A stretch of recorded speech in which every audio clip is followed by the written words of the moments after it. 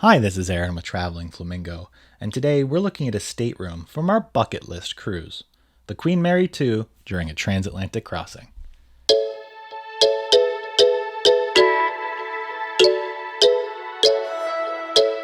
We're in a Britannia class stateroom. When it comes to Cunard, this is their lowest level and most affordable class of service. We're in a partially obstructed balcony stateroom on the 6th deck of the Queen Mary 2. Let's watch the room tour quickly from me in the past, and we can go through what's in the room and what the room looks like, and then we'll be right back to give you some more information. Hi, this is Aaron with Traveling Flamingo, and today we're on the Queen Mary 2, traveling from Southampton, England to New York on an 8-day transatlantic with a stop in Le Havre, France.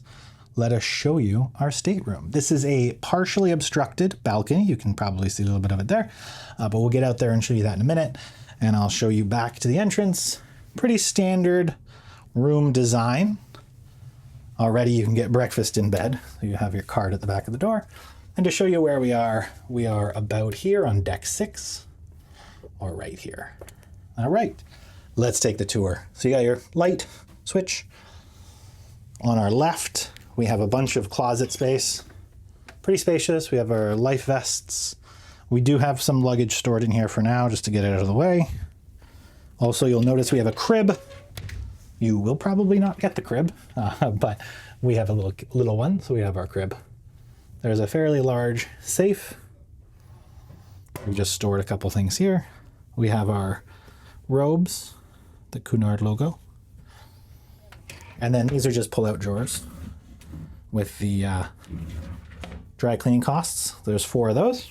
And then over here we have another full-length cabinet, slightly bigger, some more life vests, some hangers. There we go. That's the boring part. You can get your luggage under the bed, as you can see we have, but it's tight. So if you have expanded luggage and so forth, might not fit under the bed, just to let you know. There's your temperature gauge here, so you can set it warmer, cooler, and then lights for the restroom. Let's head in here. There's me. So on our left here, we've got your usual shower gel, hand lotion, body soap, some cotton swabs, glasses, place to hold your soap, the vanity, as well as some hand soap. Underneath, nothing too interesting. We have Ryan's diapers in there, but there's a little trash. Nothing underneath here. Some tissues. Over here we have a toilet. I'm curious if you all think this is for smoking, but I don't know. It's glass, and it's got little places like hold it. There is no smoking, but I wonder if this was built in those days. And what we think is a bottle opener. So we can have a party in the bathroom. Over here is the shower. We'll let you know our thoughts on height afterwards. And a little laundry line above. No outlet that I've seen for shaving, which most of them have. Give you a quick view back. So again, this is a regular room. This is a Britannia class room. Not the grills, not the princess or queen or anything. Nothing too fancy. All right, I'll show you the room now. It is an adjoining room, although we have nobody next to us for this sailing. Here's the nightstand. Got a little light switch, and just a small little place to hold your stuff, a little space below.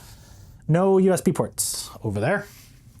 The bed, lovely, king-size bed. It's embarkation day, so we have that on there. Nice television back here. Samsung, usual TV you get in these rooms. On the other side, we have the same table. Won't go through that. Another light with a switch on top, no USB. There's a sofa. The crib, of course, you will not have. There's a table. Our person put that outside for us, our rooms do. We had some canopies delivered, and they sent us a bottle of champagne, which was lovely. Over here, we have the voyage guide, the daily program. Sorry, over here, voyage guide, the daily program. We have international charger converter here. It doesn't convert voltage, but a lot of devices use 240 now, so do check that if you're going to plug one into one of these. However, they do have ample USB ports, or sorry, US American ports. 2 over here, and there's some more over there I'll get to. This is our multi-port USB adapter to charge a bunch of stuff. Our champagne, it was really nice of them to send. Little telephone, some more EU adapters. One nice thing too, it's flipped upside down, so this would normally be plugged in facing down, but then it could be too long to fit, so they thought of that, and it's flipped upside down. Joseph is our rooms too, as I said. They have some stationery here from Cunard. We went by the kids area, picked up the kids' schedule. All right, some wall art, very nice. Hard to see with the reflection, but not sure where it is. Over here, just move the crib. You have a pull-out desk, or a pull-out chair for the desk. Over here you have your hairdryer. You have a kettle, which we love. Being Canadian, we like to make tea as well. So you can make your own tea over here. We have milk in a stick. I'm going to try that stuff tonight. Sparkling or still water, private label, a bottle of wine, 2 more American outlets. What I think was probably a network jack, but not anymore. Then there is a minibar. Oh, we got a little tiny pull out here.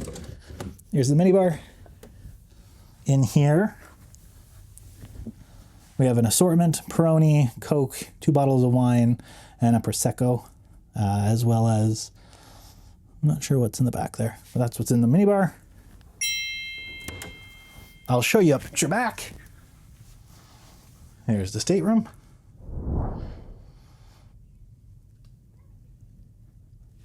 And let me show you outside. So as I said, this is partially obstructed.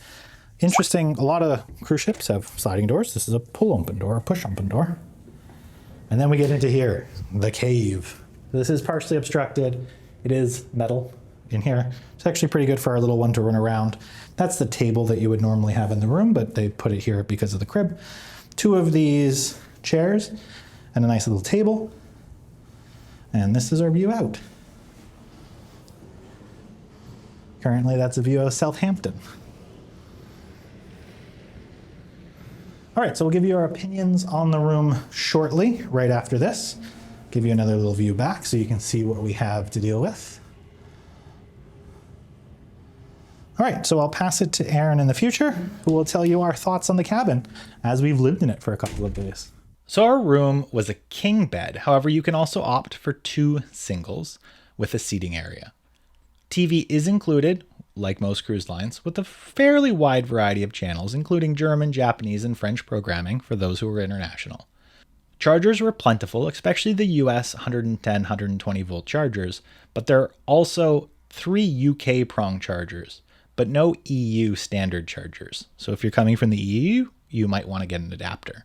I really wish there were chargers next to the bed. You have no USB chargers or no USB-C chargers, and nothing next to the beds.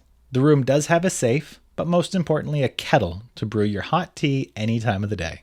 We really enjoyed having that. The balcony was obstructed, as you can see, but it didn't really bother us too much. The area was really well walled off, and our little one could run around without getting into the neighboring cabins. The AC worked really well, the TV had input so you can bring your own device if you'd like, the bed was very comfortable and feather-free by default. You won't get the ship's pillow menu that you do in other classes, but the pillows were pretty standard and very comfortable. The bed was fairly soft, and the rooms were pretty quiet. We were near the elevators, however, and in the morning you could definitely hear a soft ding of the elevators arriving. If you're a light sleeper, we'd suggest maybe a different area. You could also hear some deck chairs being moved around because above you, there are some deck chairs. We did notice the rooms were ready for an overhaul. All the amenities were fine, but the carpet near the washroom was worn, the shower had some mold around the corners, on the laundry line, and in the cupboards. As you can tell, we had an obstructed balcony, and there were quite a number of rust spots. It wasn't very bad, but you can tell it's starting to show its age, seeing as it was built in 2002. We did notice there also wasn't a ton of storage space. There were 3 of us and we could have used more drawers. One closet was entirely hanging space, and we didn't really use it at all. Some shelves would have been a bit more appreciated. Overall, the rooms are what you would expect from any cruise line, a bit dated, but you could use a bit of a refresh and highly functional.